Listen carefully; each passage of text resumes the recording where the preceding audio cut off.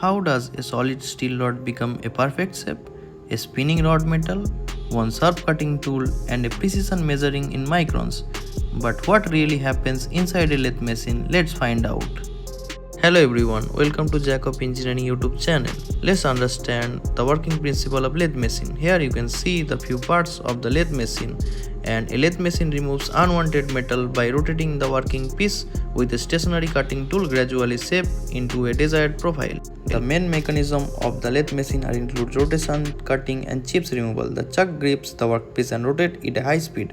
The cutting tool advances slowly and remove the thin layer of the metal. This removed layer are called chips. Let's start the metal shaping process, by which the precision component made from rough rod. By controlling feed rate, cutting depth and spiral speed, the lathe creates the smooth surface, accurate diameter and complex profile for industrial application. One machine can perform multiple operations including facing, turning, grooving and threading and campering, all are remarkable precisions.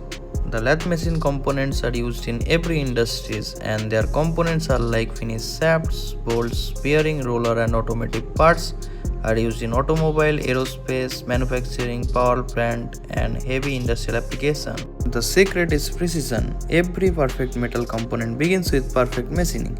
A tiny mistake can ruin an entire part, but when everything is perfect, the result in engineering at its finest. Thanks for watching, and do subscribe to Jack of Engineering YouTube channel for more engineering secrets and for more amazing manufacturing and machining videos.